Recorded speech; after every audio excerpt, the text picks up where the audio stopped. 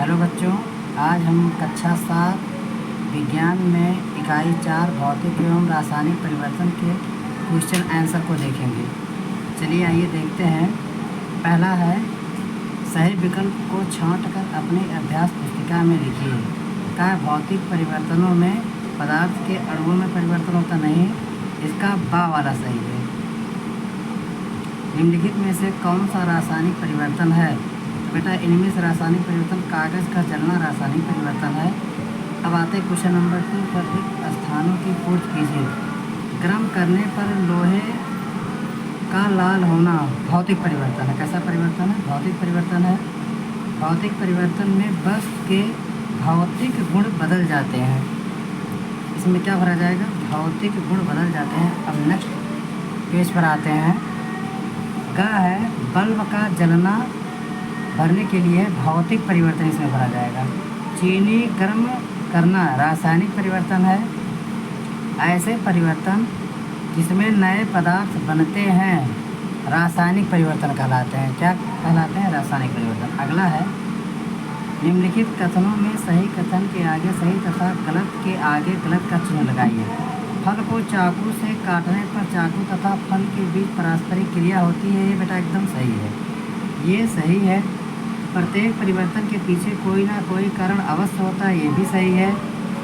चावल का पकना भौतिक परिवर्तन है, गलत है, ये रासायनिक परिवर्तन। इसमें हम लोग गलत का निशान लगाएंगे। मोमबत्ती का जलना भौतिक परिवर्तन है, सही बात है।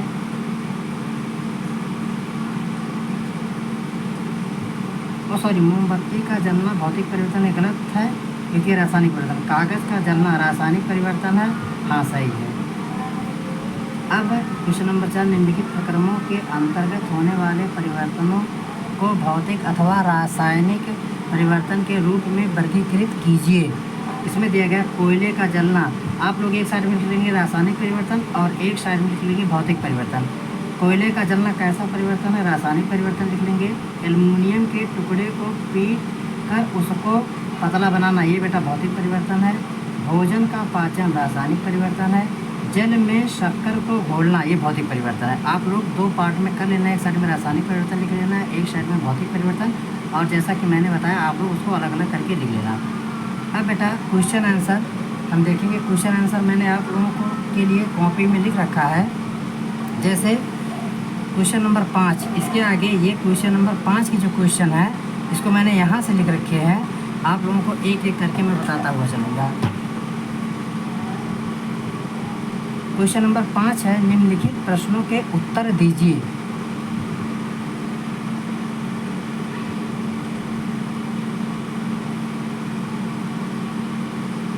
निम्नलिखित प्रश्नों के उत्तर दीजिए।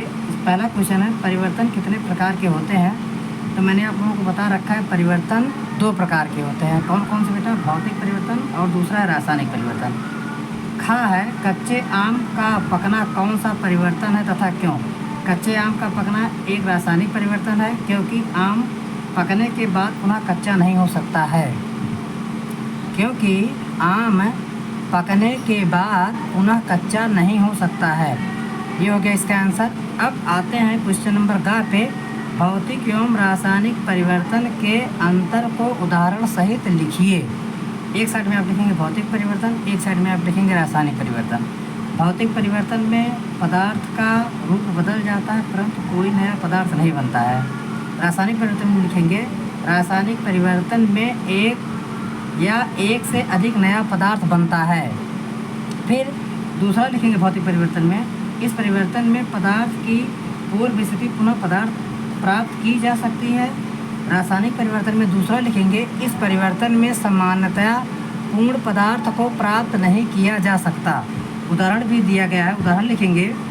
जैसे भौतिक परिवर्तन में पानी का बर्फ़ में जमना, नमक का पानी में घुलना, ये दोनों भौतिक परिवर्तन के एग्जाम्पल हैं। और चीनी का जलना और मोमबत्ती का जलना, ये दोनों रासायनिक परिवर्तन के उदाहरण हैं। आंसर क्वेश्चन नंबर घ देखेंगे। ऊष्मा अवशोषित होने वाले 2 परिवर्तन लिखिए। ऊष्मा अवशोषित होने वाले 2 परिवर्तन बेटा देखिए नीचे मैंने लिखे हैं। पहला है, लोहे का गंधक के साथ जब हम क्रिया करेंगे तो ये बनाता क्या है? Ferrous sulphide. वही मैंने लोहे का सिंबल Fe है और गंधक को हम S से लिखते हैं। गंधक माने सल्फर, देखो एस से लिखते दोनों जुड़ेंगे तो FeS बनाएगा ये, इसी FeS को फेरस सल्फाइड कहते हैं। और दूसरा परिवर्तन है, जब हम मैग्नीशियम को ऑक्सीजन की उपस्थिति में जलाते हैं तो ये बनाता है मैग्नीशियम ऑक्साइड। वही मैग्नीशियम को मैंने Mg लिखा है, प्लस ऑक्सीजन का सिंबल O है। दोनों की जब मैंने क्रिया करा दी है, ये गर्म कर दिया है जब मैंने इन दोनों को, तो ये सब बनाएंगे क्या, MgO मैग्नीशियम ऑक्साइड का फॉर्मेशन करेंगे। अगला वाला क्वेश्चन है, क्रिस्टलीकरण से आप क्या समझते हैं, फिटकरी से क्रिस्टल कैसे बनाएंगे। तो इसका आंसर मैंने यहाँ नीचे लिख रखा है, किसी पदार्थ के शुद्ध तथा बड़े माप के क्रिस्टल को उसके विलयन से प्राप्त करने की प्रक्रिया क्रिस्टलीकरण कहलाती है। अब चूँकि क्वेश्चन में दिया गया है फिटकरी से क्रिस्टल कैसे बनाएंगे, तो वही मैंने हेडिंग डाल दिया है यहाँ पे, फिटकरी से क्रिस्टल बनाना। इसके लिए बेटा करेंगे क्या, हम एक बीकर में आधे भाग तक पानी भर देंगे, पानी भर कर उसमें फिटकरी घोलें। जब फिटकरी घुलना बंद हो जाए तो विलयन को गर्म करके तथा पुनः फिटकरी को और घोलें।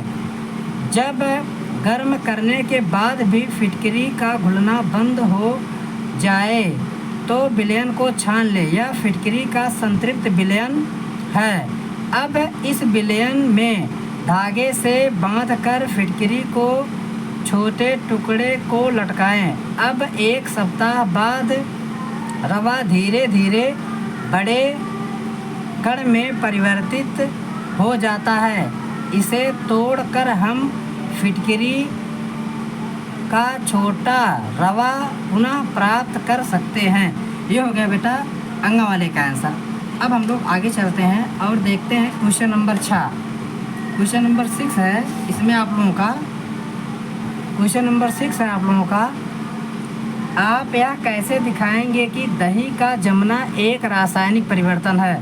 तो बेटा आप लोग जानते हैं दूध से दही का जमना एक रासायनिक परिवर्तन है, क्योंकि दही रूप, आकार तथा गुण में दूध से भिन्न होता है और पुनः दही से दूध में परिवर्तित नहीं किया जा सकता। दही को दूध में परिवर्तित नहीं किया जा सकता है। अगला क्वेश्चन है क्वेश्चन नंबर 7, कॉपर सल्फेट के क्रिस्टल कैसे बनते हैं, इसका वर्णन कीजिए। इसका आंसर बेटा मैंने नीचे लिख रखा है, एक बीकर में 1 कप पानी लें, इसमें कुछ बूंद सल्फ्यूरिक अम्ल का फार्मूला भी मैंने लिख दिया है, H2SO4 की डालें और पानी को गर्म करना शुरू करें। जब जल उबालना शुरू कर दें, उसमें कॉपर सल्फेट का चूर्ण डालते जाएं और चम्मच की सहायता से घोलते जाएं।